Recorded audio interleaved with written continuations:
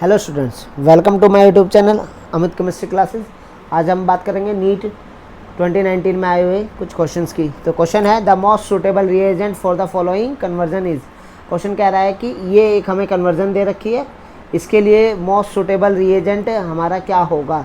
Na in presence of liquid ammonia, H2PDC, quinoline, zinc HCl, Hg2+ in the presence of acid and water.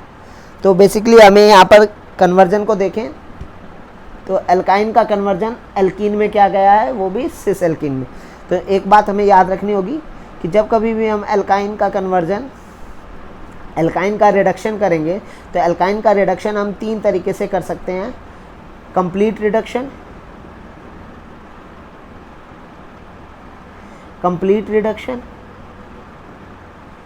और complete reduction में हम reagent use करते हैं H2PD। तो जब हम कंप्लीट रिडक्शन करते हैं तो हमारा एल्केन एज अ प्रोडक्ट बनता है। और दो तरीके से हम कर सकते हैं पार्शियल रिडक्शन। पार्शियल रिडक्शन दो तरीके से कर सकते हैं। पार्शियल रिडक्शन अगर हम Na और लिक्विड अमोनिया के प्रेजेंस में कर रहे हैं तो हमारा ट्रांस एल्कीन बनेगा। और अगर हम H2PDC और क्विनोलिन की प्रेजेंस में कर रहे हैं तो हमारा सिस एल्कीन बनेगा।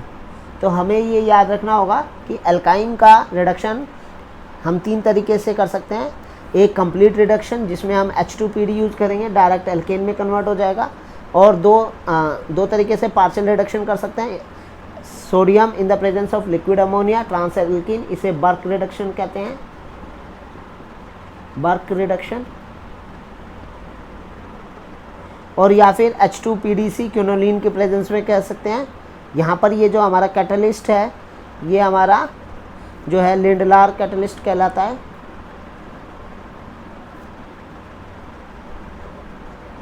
और इसमें ये जो क्विनोलिन है, ये जो है कैटलिस्ट की एक्टिविटी को घटाता है और हमारा जो प्रोडक्ट है वो यहाँ पर सिस एल्कीन पर रोक देता है।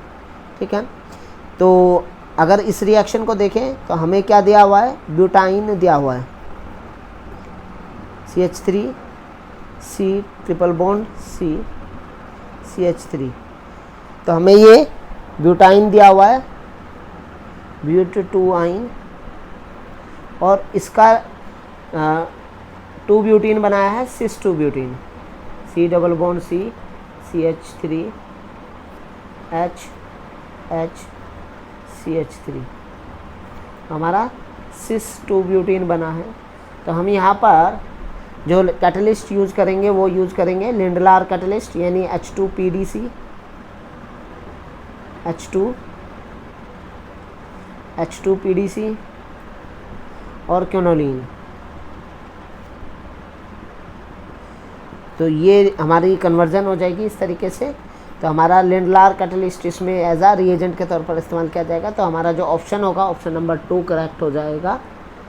नाउ ये क्वेश्चन भी नीट 2019 में आया हुआ क्वेश्चन है which of the following reaction are disproportionation reaction. इनमें से कौन सी रिएक्शन डिस्प्रोपोर्शनेशन रिएक्शन है।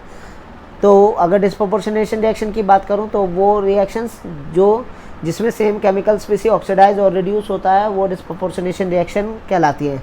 अगर हम कॉपर प्लस आयन को देखें तो copper plus ion gives you copper 2+ ion plus copper. तो इसमें कॉपर की जो ऑक्सीडेशन स्टेट है कॉपर प्लस की, वो +1 है। यहाँ पर कॉपर +2 ऑक्सीडेशन स्टेट में है और यहाँ कॉपर 0 ऑक्सीडेशन स्टेट में। तो कॉपर का ही ऑक्सीडेशन हो गया है और कॉपर का ही रिडक्शन हो गया है। तो यस, ये डिस्प्रोपोर्शनेशन रिएक्शन है। तो ए डिस्प्रोपोर्शनेशन रिएक्शन है। बी, अगर बी रिएक्शन को देखें तो MnO4 2- gives you in the presence of H+ ion gives you MnO4- ion plus MnO2 plus water. तो ऑक्सीडेशन स्टेट MnO4 2- में मैग्नीज +6 ऑक्सीडेशन स्टेट में, MnO4- में +7 में है, और MnO2 में +4 ऑक्सीडेशन स्टेट में। तो अगर हम यहाँ मैग्नीज की ऑक्सीडेशन स्टेट देखें तो +6 से +7 हो गई है और +6 से +4 हो गई है। तो रिडक्शन हुआ है और ऑक्सीडेशन हुआ है। तो ऑक्सीडेशन रिडक्शन दोनों हो रहे हैं, तो इसलिए ये डिस्प्रोपोर्शनेशन रिएक्शन है। सेकंड सी रिएक्शन देखें तो सी रिएक्शन है KMnO4 को हीट किया है K2MnO4 plus MnO2 plus O2। तो यहाँ पर मैग्नीज अगर KMnO4 की बात करें तो KMnO4 +7 ऑक्सीडेशन स्टेट में है मैग्नीज और K2MnO4 में +6 में है और यहाँ पर मैग्नीज +4 में है। तो यहाँ से अगर हम देखें मैग्नीज का एक रिडक्शन हुआ है +7 से +6 में और एक ही MnO4 का +7 से +4 में। तो मैग्नीज का दोनों ही उसमें केस में क्या हो रहा है, रिडक्शन हो रहा है +7 से +6 +7 से +4 रिडक्शन हो रहा है। तो ये डिस्प्रोपोर्शनेशन रिएक्शन नहीं है। डी ऑप्शन डी रिएक्शन की बात करें MnO4- ion plus Mn2+ ion plus water gives you MnO2 plus H+ ion. तो अगर यहाँ पर बात करें MnO4- में मैग्नीज +7 में है और यहाँ पर मैग्नीज +2 में है और यहाँ पर मैग्नीज +4 में है। तो यहाँ पर यहाँ से Mn2+ से Mn4 प्लस Mn+4 में हो गया है। तो ये ऑक्सीडेशन तो हुआ है बट यहाँ पर रिडक्शन नहीं हो रहा है मैग्नीज का। तो इसीलिए जो ये रिएक्शन होगी ये डिस्प्रोपोर्शनेशन रिएक्शन नहीं कहलाएगी। तो हमारा जो करेक्ट ऑप्शन हो जाएगा ए और बी हमारी डिस्प्रोपोर्शनेशन रिएक्शन है, ए और सी और डी हमारी डिस्प्रोपोर्शनेशन रिएक्शन नहीं है। तो इसलिए हमारा जो ऑप्शन होगा ऑप्शन 1 करेक्ट हो जाएगा। नाउ ये क्वेश्चन भी नीट 2019 में आया हुआ क्वेश्चन है the structure of the intermediate A in the following reaction is. तो हमें एक रिएजेंट दे रखा, एक सबस्ट्रेट दे रखा है और उसकी रिएक्शन एटमॉस्फेरिक ऑक्सीजन के साथ कराई है। ए एज ए इंटरमीडिएट हमारा बना है, फिर उसका एसिडिक हाइड्रोलिसिस किया है तो फिनॉल और एसीटोन बना है। तो बेसिकली जो हमें सबस्ट्रेट दिया हुआ है यहाँ पर वो कुछ इस तरीके का है।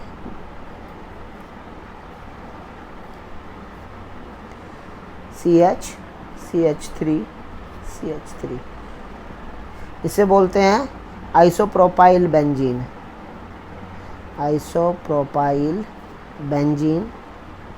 या फिर इसका कॉमन नेम है क्यूमीन, इसे क्यूमीन भी बोलते हैं। तो जब हम इसका ऑक्सीडेशन करते हैं एटमॉस्फेरिक ऑक्सीजन के साथ तो ये ऑक्सीडाइज हो जाता है और cumene hydroperoxide as A intermediate हमारा बनाता है।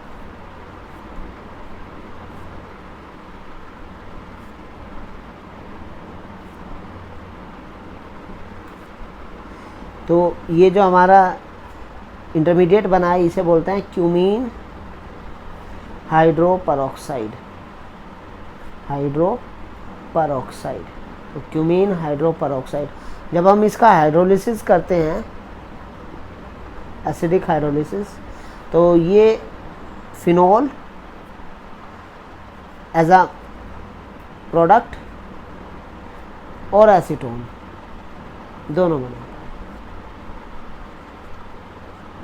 तो ये एसीटोन हो गया, एसीटोन या फिर इसका कॉमन आईयूपैक नाम है प्रोपेनॉन और इसको फिनॉल, इसका नाम है फिनॉल। तो बेसिकली ये रिएक्शन हमें एनसीईआरटी से थी, ये फिनॉल के प्रिपरेशन में ये रिएक्शन हमें मिलेगी। तो इसमें जो हमारा इंटरमीडिएट ए था वो था हमारा क्यूमीन हाइड्रो परऑक्साइड। तो अगर हम अपना ऑप्शन ढूंढें तो हमारा ऑप्शन 2 जो है वो करेक्ट ऑप्शन हो जाएगा। ये क्वेश्चन भी नीट 2019 में आया हुआ क्वेश्चन है, फिजिकल केमिस्ट्री का ये क्वेश्चन है। क्वेश्चन है the rate constant for a first order reaction is के। हमें फर्स्ट ऑर्डर रिएक्शन के लिए रेट कांस्टेंट दे रखा है के। The time T required for the completion of 99% reaction is given by. तो पूछ रहा है इस रिएक्शन के 99% कंप्लीशन में कितना टाइम लगेगा। तो as we know that for first order kinetics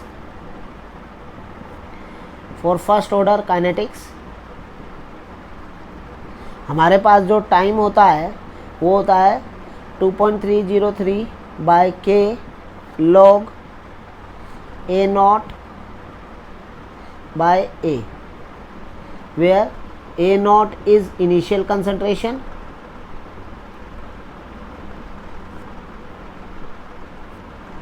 और ए इज फाइनल कंसंट्रेशन, जो कि हमारा ए नॉट कितना है 100% है और ए हमारा कितना हो जाएगा 99% रिएक्शन कंप्लीट हो चुकी है, तो 1% बची है, तो इसका मतलब ए जो हो जाएगा वो हमारा 1 हो जाएगा। तो यहाँ से टी 99% अगर मैं कैलकुलेट करूँगा तो ये आएगा 2.303 बाय के लॉग 100 बाय 1। तो ये हमारा बन जाएगा 2.303 by K log 10 raise to power 2। तो as we know that log A raise to power B हमारा होता है B times of log A, B times of log A, and log 10 जो होता है हमारा वो 1 होता है। तो इसमें जो 2 है वो आगे आ जाएगा 2.303 bye into 2 bye K log 10, log 10 इसमें हो जाएगा। और अगर इसको सोल्व करेंगे लॉग 10 1 होता है, तो फाइनली टी 99% हमारा जो आएगा वो 2.303 इंटू 2 बाय के आ जाएगा। इसको सॉल्व करेंगे तो ये आएगा 6064, तो 4.606 बाय के हमारा हो जाएगा। तो हमारा टी 99% जो हो जाएगा वो हो जाएगा 4.606 बाय के। तो ये हमारा ऑप्शन हो जाएगा। तो अगर मैं अपना ऑप्शन ढूंढूं तो फर्स्ट ऑप्शन में 0.693 बाय के है, तो ये भी गलत है। सेकंड ऑप्शन में 6.909 बाय के है, तो ये ऑप्शन भी गलत है। थर्ड में हमारा 4.606 बाय के है, तो ये ऑप्शन हमारा करेक्ट हो जाएगा। और इसमें 2.303 बाय के है, तो ये भी हमारा गलत ऑप्शन हो जाएगा। तो option number 3 is the correct option. Now ये क्वेश्चन भी नीट 2019 में आया हुआ क्वेश्चन है। क्वेश्चन है among the following reaction that proceed through electrophilic substitution. पूछ रहा है कि हमें 4 रिएक्शन दे रखे हैं, इन 4 रिएक्शन में से कौन सी रिएक्शन इलेक्ट्रोफिलिक सब्स्टिट्यूशन के पाथ से होती हुई जा रही है। तो पहले ही में हमें पहली रिएक्शन जो दी हुई है उसमें हमें बेंजीन डाइज़ोनियम क्लोराइड दिया हुआ है। पहली ही रिएक्शन हमें बेंजीन डाइज़ोनियम क्लोराइड दिया हुआ है और इसकी रिएक्शन CuCl2 क्यूप्रस क्लोराइड के साथ रिएक्शन कराया है। बेसिकली ये एक एग्जांपल है सैंडमेयर रिएक्शन का। ये एग्जांपल है सैंडमेयर रिएक्शन का। तो ये सैंडमेयर रिएक्शन है और ये रिएक्शन न्यूक्लियोफिलिक सब्स्टिट्यूशन है। ये रिएक्शन न्यूक्लियोफिलिक सब्स्टिट्यूशन है। इसमें हमारा जो न्यूक्लियोफाइल है Cl माइनस वो सब्स्टिट्यूट हुआ है N2+ की जगह पर, N2 की जगह पर। सेकंड जो रिएक्शन है हमारी, जो सेकंड रिएक्शन है वो है बेंजीन की रिएक्शन क्लोरीन के साथ कराई है इन द प्रेजेंस ऑफ AlCl3।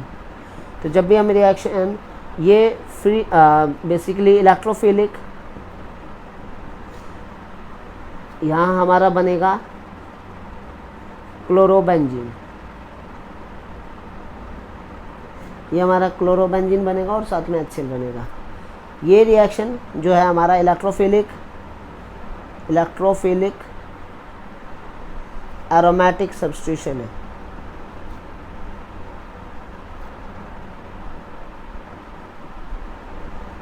और इसमें जो हमारा इलेक्ट्रोफाइल होता है वो क्लोरीन होता है। किस तरीके से हमारा इलेक्ट्रोफाइल का जनरेशन होता है, तो बेसिकली जो Cl बॉन्ड है और ये AlCl3 हमारा लुईस एसिड होता है।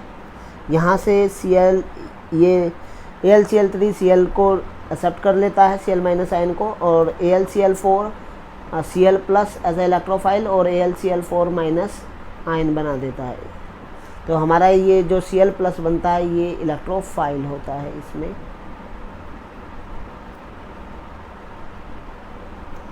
थर्ड जो रिएक्शन है उसमें बेंजीन की रिएक्शन क्लोरीन के साथ ही कराई है, बट यहाँ पर इस बार यूवी लाइट का यूज़ किया है। यूवी लाइट की प्रेजेंस में यहाँ पर हमारा बना है Cl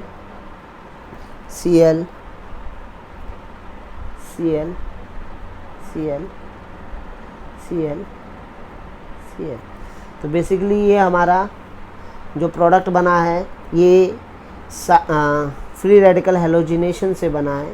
फ्री रेडिकल हैलोजिनेशन, तो इसमें रेडिकल्स बनते हैं। तो रेडिकल्स बनने की वजह से यहाँ पर ये रिएक्शन जाती है, तो इसमें भी इलेक्ट्रोफाइल नहीं बनते। फोर्थ रिएक्शन है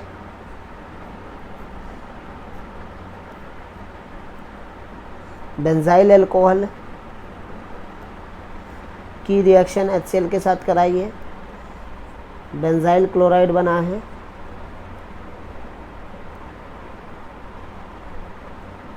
और साथ में वाटर बना।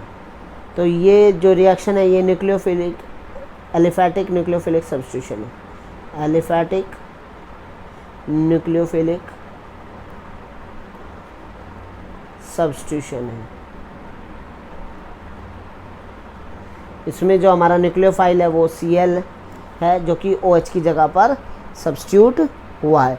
तो हमारी जो इलेक्ट्रोफिलिक सब्स्टिट्यूशन रिएक्शन है वो सेकेंड रिएक्शन है, जिसमें क्लोरीन जो है Cl प्लस आयन हमारा इलेक्ट्रोफाइल है, जो कि इस तरीके से गई है। तो हमारा जो ऑप्शन होगा वो ऑप्शन नंबर 2 करेक्ट हो जाएगा।